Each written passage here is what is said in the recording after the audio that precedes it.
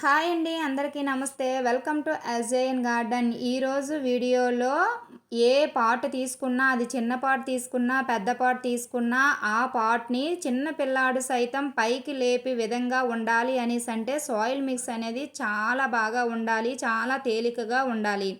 అలాంటి soil mix అనేది ఎలా కలుపుకోవాలి, దానివల్ల యూజెస్ ఏంటి అనేది అయితే ఈ వీడియోలో చెప్తాను. వీడియోని స్కిప్ చేయకుండా లాస్ట్ వరకు చూడండి. ఇప్పటి వరకు ఎవరైనా మన ఛానల్ని లైక్ చేయకపోతే లైక్ చేయండి, సబ్స్క్రైబ్ చేసుకోండి. ప్లీజ్ ఫ్రెండ్స్, సపోర్ట్ చేయండి. మీరు ఒక లైక్ ఇవ్వడం వల్ల యూట్యూబ్ అనేది ఈ వీడియోని వేరే వాళ్ళకి రికమెండ్ చేస్తుంది. అందువల్ల లైక్ ఇవ్వడం మాత్రం మర్చిపోకండి. దీంట్లో మనం పశువుల ఎరువు కానీ, కోకోపిట్ కానీ, ఇసుక కానీ ఏది వాడటం లేదు. మనం యూజ్ చేసేవి ఏంటి అనేసి అంటే కార్డ్బోర్డ్ పేపర్స్, గార్డెన్లో వచ్చిన చెత్త, తర్వాత మట్టి. ఈ మట్టి అనేది నల్ల మట్టి అయి నాకు దొరికిందండి. అందువల్ల నేను నల్ల మట్టిని అయితే తీసుకున్నాను. చాలా పాత మట్టి, నల్ల మట్టిని నేను తీసుకున్నాను. మీ దగ్గర ఒకవేళ నల్ల మట్టి కనుక లేకపోయినట్లయితే మీరు ఎర్రమట్టి ఉంటుంది కదా, ఎర్రమట్టి తీసుకోండి. ఏ మట్టి అయినా పర్వాలేదండి, మట్టిని తీసుకోండి. దీంట్లోనికి 2 గుప్పెళ్ళంతా నీమ్ కేక్ పౌడర్ అనేది యాడ్ చేసుకోవాలి.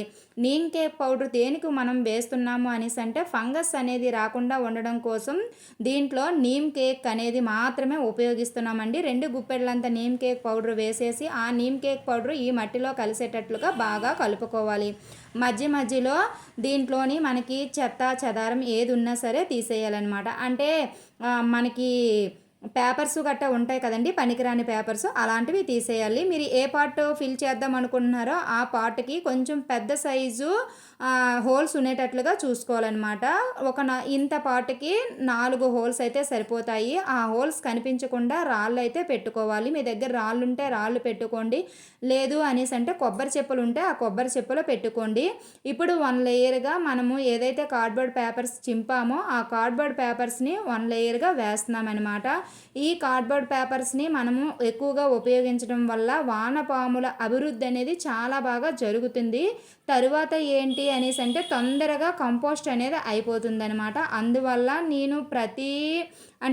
నేను ఏ పార్ట్ కూడా ఫిల్ చేసుకునేటప్పుడు దాంట్లో ఖచ్చితంగా కార్డ్బోర్డ్ పేపర్స్ అనేవి ఉండేటట్లుగా నేను చూసుకుంటాను. ఎందుకు అనేసి అంటే పార్ట్ అనేది కొంచెం తేలికగా ఉంటుంది, తొందరగా కంపోస్ట్ అయిపోతుంది. దీనివల్ల మొక్కకి హానికరమైనది జరగదు. అందువల్ల నేను ఎక్కువగా కార్డ్బోర్డ్ పేపర్ని ఉపయోగిస్తానన్నమాట. మీ దగ్గర ఉంటే ఖచ్చితంగా మీరు కార్డ్బోర్డ్ పేపర్ని ఉపయోగించడానికి ట్రై చేయండి. 1 లేయర్గా కార్డ్బోర్డ్ పేపర్ వేసుకున్న తర్వాత 1 లేయర్గా మట్టి అయితే వేసుకోవాలి. 1 లేయర్గా మట్టి వేసుకున్న తర్వాత కొంచెం దాన్ని చేత్తో కొంచెం పల్చగా మనం నెరపాలన్నమాట. నెరిపేసిన తర్వాత మనకి కిచెన్లో వచ్చిన వేస్టేజ్ అవనివ్వండి, లేదా గార్డెన్లో వచ్చిన వేస్టేజ్ అవనివ్వండి, అవన్నీ కూడా చిన్న చిన్న పీసెస్ లాగా కట్ చేసుకోవాలన్నమాట.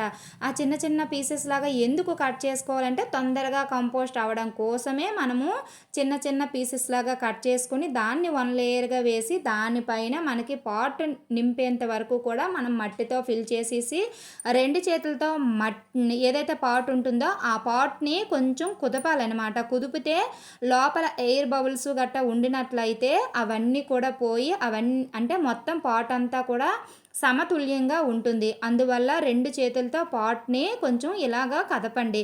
ఇలా కదిపితే ఏదైతే మట్టి ఉందో ఆ మట్టి అనేది కొంచెం డౌన్ అవుతూ ఉంటుందన్నమాట. అప్పుడు పైన కొంచెం మట్టి అయితే వేసేసి పక్కనైతే పెట్టేయండి.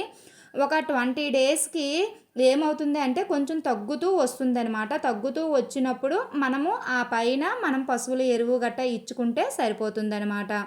ఇంకొక పార్ట్కి కూడా సేమ్ ఇదే విధంగా వేసి నేను చూపిస్తాను, ఒకసారి చూడండి.